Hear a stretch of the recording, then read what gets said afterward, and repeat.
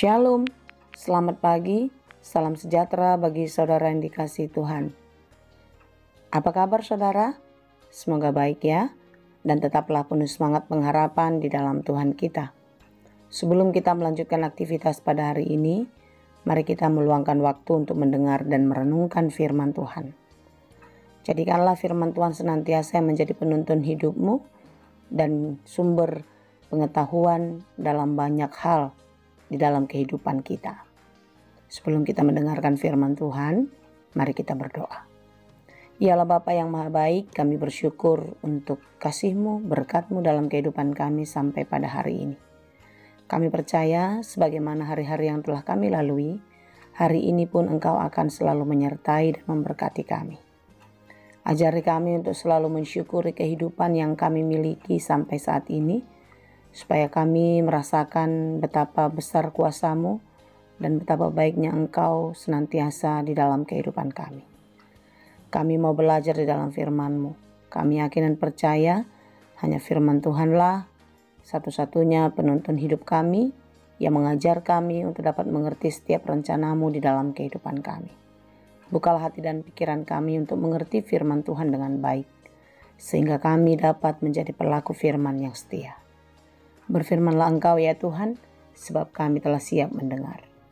Kasih karunia dan damai sejahtera dari Allah Bapa Tuhan kita, dan dari anaknya Tuhan Yesus Kristus dan Roh Kudus, menyertai saudara sekalian.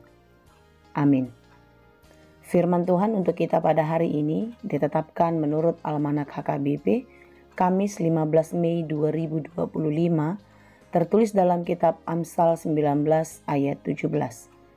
Dalam bahasa Batak, Poda 10 sia ayat 10 pitu, demikianlah dikatakan. Na pasali jaho bado manang ise namar dinggan basa tuna pugus. Jala ibana mamaloson dinggan basanai tu ibana. Siapa yang menaruh belas kasihan kepada orang yang lemah, memiutangi Tuhan yang akan membalas perbuatannya itu. Demikianlah pembacaan firman Tuhan. Kitab Amsal adalah kitab yang berisikan hikmat, berisikan kata-kata yang bermakna, yang memberikan didikan, serta kepandaian kepada orang yang mendengar atau yang membacanya.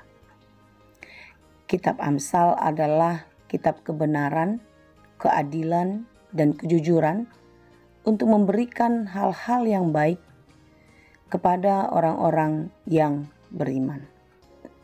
Saudara-saudara yang dikasihi Tuhan, tentu ketika kita membaca kitab Amsal, begitu banyak sekali nasihat, pengajaran hidup yang dapat kita pelajari dan harus kita teladani di dalam kehidupan kita setiap hari. Dalam kitab Amsal kita diajar untuk tetap dengan bijak mendengar dan menambah ilmu melalui firman Tuhan. Kitab Amsal memberikan pengertian yang baik untuk kita dapat mempertimbangkan mana yang benar, mana yang tidak benar.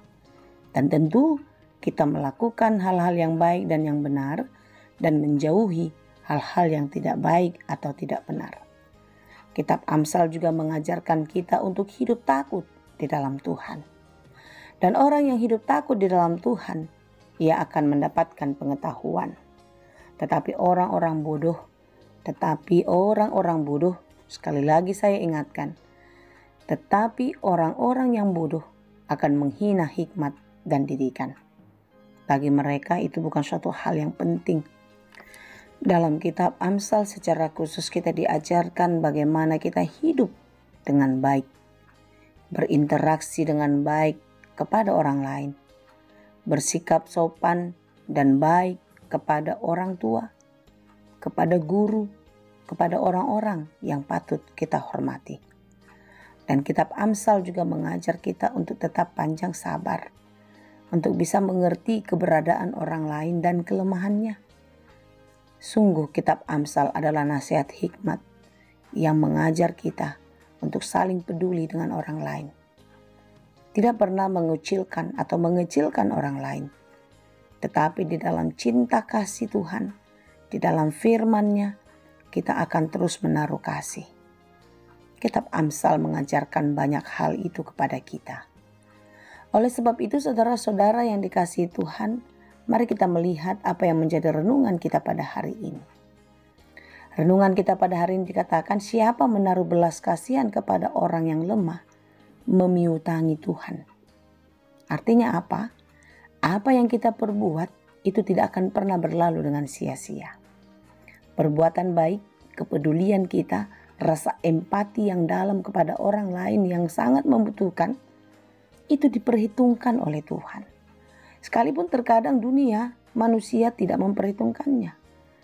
Sebab itu saudara-saudara, melalui renungan ini kita diingatkan untuk jangan pernah berhenti berbuat baik, menaruh belas kasih kepada banyak orang.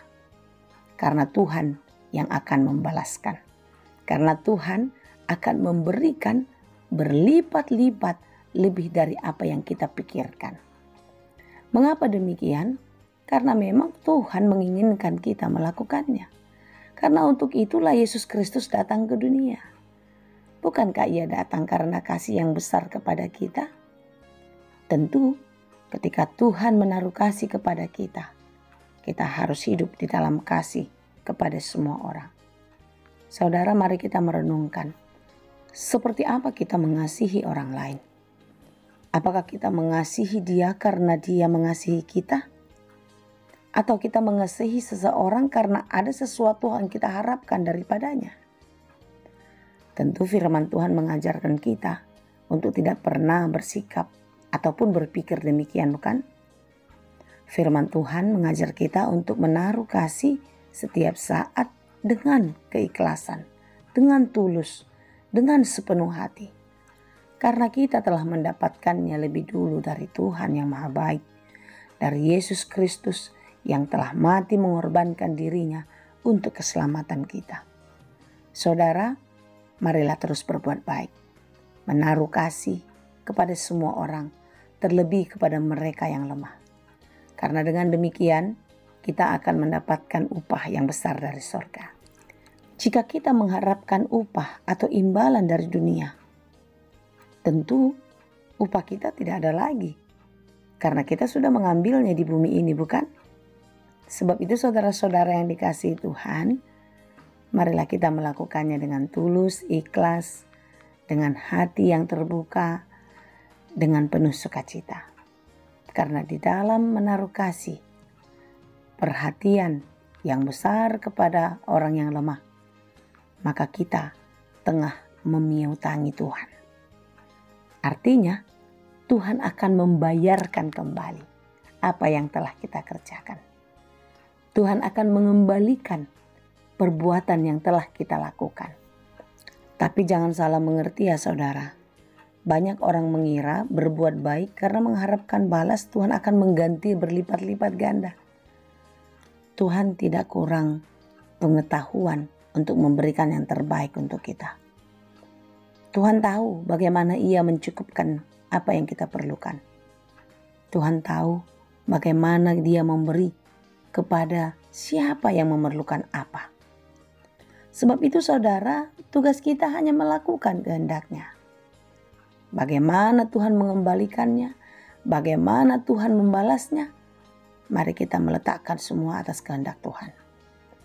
Jangan pernah menghitung berkat yang akan kita terima dengan cara menghitung apa yang telah kita lakukan atau apa yang telah kita beri.